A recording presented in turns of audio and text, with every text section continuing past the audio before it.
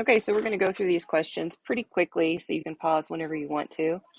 I'm going to do question 1. This is a factoring question. First thing you have to do is move your 8 over to the other side. And then you figure out what numbers would multiply to give you a negative 8 and add to give you a positive 7. So we'd have a plus 8 and a minus 1. You take each piece, set them equal to 0, and then put them on a number line. Once you get them on a number line, you have to make a decision if you're doing closed dots or open dots. Since that inequality is equal to, we're going to have solid dots. Then you choose numbers within the interval. So like negative 10 is here, 0 would be between these, and positive 1 would be here. So you take that and you plug it in wherever x is. So what happens if you plug in a negative 10, you're going to get a positive number. If you plug in 0, you're going to get a negative number. If you plug in 1, you're going to get a positive number. The question is asking us for numbers that are less than. So this means we're looking for negative numbers. So our solution set is between these two. So that means you can write an interval notation, bracket negative 8 to 1. If it were an open dot, you'd use a parentheses. For question number 2, it's already factored for you, so you take each part, set it equal to 0. So you get x is equal to 0 for the first one, and then x is equal to negative 3. If you put these both on a number line, the x squared is going to give you a bounce in the graph. So we've got negative 3, 0. This is a bounce in the graph. And then the inequality symbol was greater than or equal to, so both of these are solid dots. Again, you're going to do your testing values. Testing values just means you plug in numbers. Sorry, there's background noise here. And when you plug in each of those numbers, you can choose anything really, it doesn't matter. But if you plug those in, a negative 4 would give you a negative number. A negative 2 is going to give you a positive value. If you plug in 1, that's going to give you a positive value as well. So that means the bounce in the graph shows that there's no change in sign. So it bounces off the x-axis and then turns back and stays in the positive direction. Okay, our inequality was looking for all the numbers that are greater than or equal to 0. So that means all the numbers that are positive. So this is included and this is included. In this case, we have a closed dot in between them. Since we have a closed dot in between them, it can also be included in the solution set. If that was an open dot, it would not be included in the solution set. So it goes from negative 3 to infinity. Infinity always has a parentheses. More factoring. So we're going to factor this top one. This is question number 3. Numerator stays the same. The denominator, we're looking for values that multiply to give us a negative 8 and add to give us a positive 2. So that means our solution set is going to be positive 4, negative 2. Any of the numbers on the top become the x-intercepts. So x is going to be equal to 4. The numbers on the bottom are going to be vertical asymptotes. So x is equal to negative 4 and x is equal to positive 2. You put both of these on the number line, but the top ones are going to be special. So negative 4, 2, and 4. The top number is going to be whatever this symbol says. So since it's an equal to, it's going to be a solid dot. The bottom number will always be open. Those are vertical asymptotes, always open. Okay, now we're going to go through and test values in between. You can pick any numbers that you want. I'm going to choose negative 10, 0, 3, and 10. All of these should alternate because there's no bounces in the graphs. So if you get the first two and you can recognize a pattern, then you can stick with that. So I'd get negative, positive, negative, positive. Your inequality symbol is looking for all the numbers that are less than 0. Numbers that are less than 0 are negative numbers.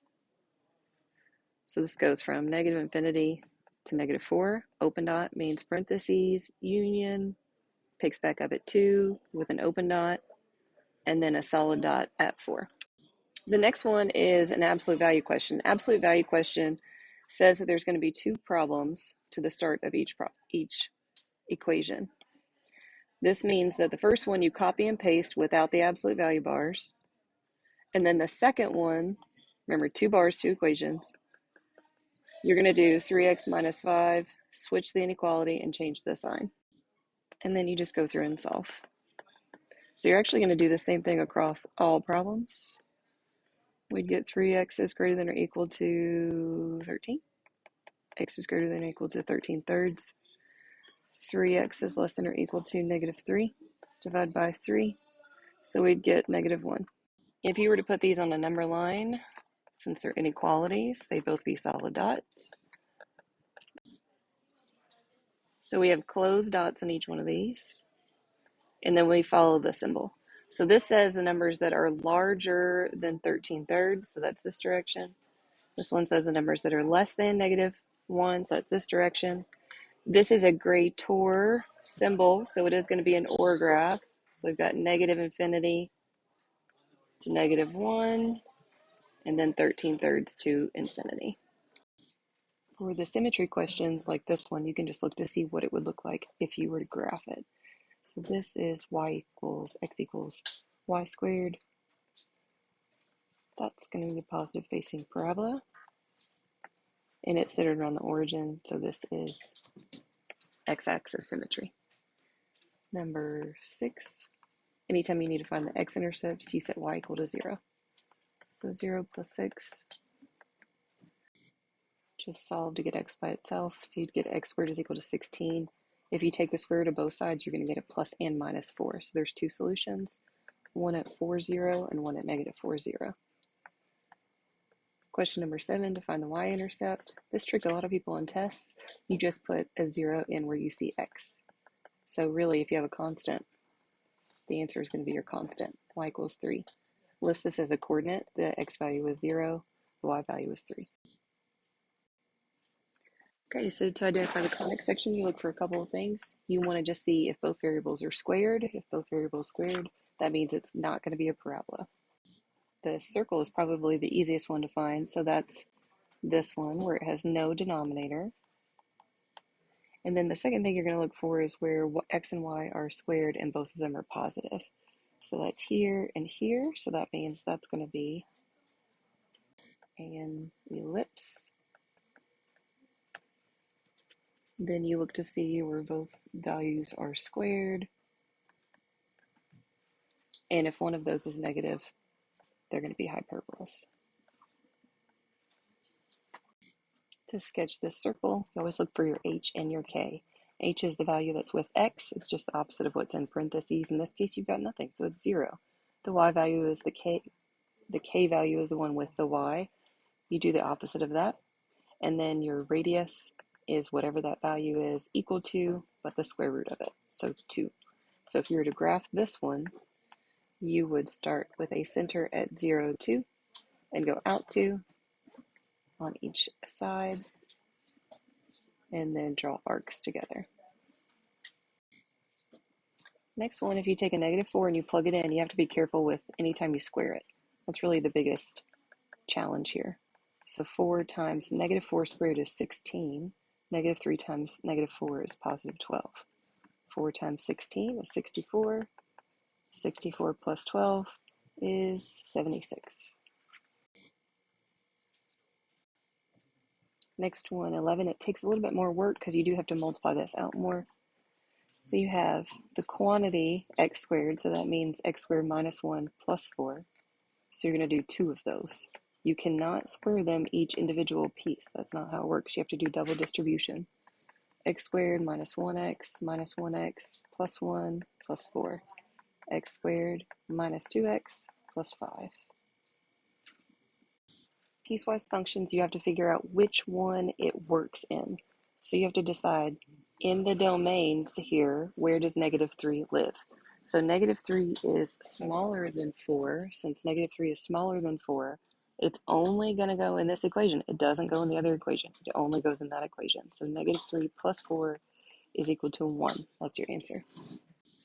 For domains, you look for where something can't be true. For a square root function, you can't have negatives under a radical. You can have zeros, but you can't have a negative. So that means we need all the numbers that are greater than or equal to 0 under the radical.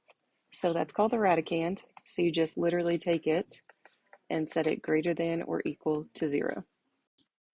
Once you get that factored, you throw it on a number line. And on that number line, you have 2 solid dots. And then you have to do the testing stuff just like we had done before. You choose any numbers within each of the intervals, plug them in, and see if they work. So 0's over here, 3 would be here, 10 would be here. See if it's positive or negative. If you plug that in, you're going to get positive for 0, negative for 3, and positive for 10. You're looking for the solution that is greater than or equal to. So that means we're looking for all the positives here and here. So we would write our solution as negative infinity to 2 and 5 to infinity. Domain and range are the next one. Domain are the x values and range are the y values. So for the domain, if you've got a parabola, it's going to go continuously further to the left and further to the right. So that's going to be from negative infinity to positive infinity. The range goes from the bottom of the graph to the top. So we know that the top is going to be arrows, so we know that that piece is at least going to be positive infinity. But the bottom y value is going to be from, let's see, 2, negative 5, I think, is that coordinate. So that means the y value is where it starts for the range. If graphs are 1 to 1, that means that they pass the vertical line test and the horizontal line test. A cubic function passes both of those. This one fails the horizontal line test. This one fails the horizontal line test. And this one passes both. So the answers are A and B.